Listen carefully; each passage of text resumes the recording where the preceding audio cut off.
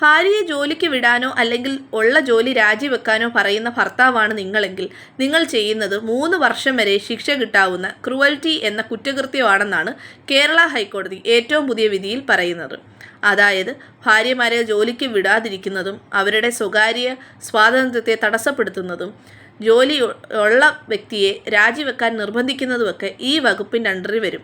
പഴയ IPC section 498A തന്നെയാണ് പുതിയ BNS സെക്ഷൻ 85 ക്രൂവൽറ്റി പറയുന്നത്.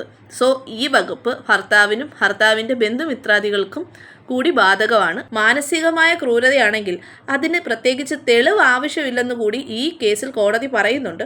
സോ അവരങ്ങനൊരു കാര്യം ഉന്നയിച്ചു കഴിഞ്ഞാൽ, മാനസികമായി നിങ്ങൾ പീഡിപ്പിക്കുന്നു അല്ലെങ്കിൽ ഇത്തരത്തിൽ ജോലി രാജിവെക്കാൻ ആവശ്യപ്പെടുന്നു, ഫോൺ ചെക്ക് ചെയ്യുന്നു, എനിക്ക് സ്വാതന്ത്ര്യമില്ല എന്ന് പറഞ്ഞാൽ ഇതിനൊന്നും തെളിവ് വേണ്ടെന്നു കൂടിയാണ് കോടതി ഉദ്ദേശിക്കുന്നത്. ചുരുക്കത്തിൽ പറഞ്ഞാൽ ഭർത്താക്കന്മാർക്കിട്ടുള്ള 8ൻ്റെ പണി തന്നെയാണ് ഈ വിധിയിൽ പറയുന്നത്.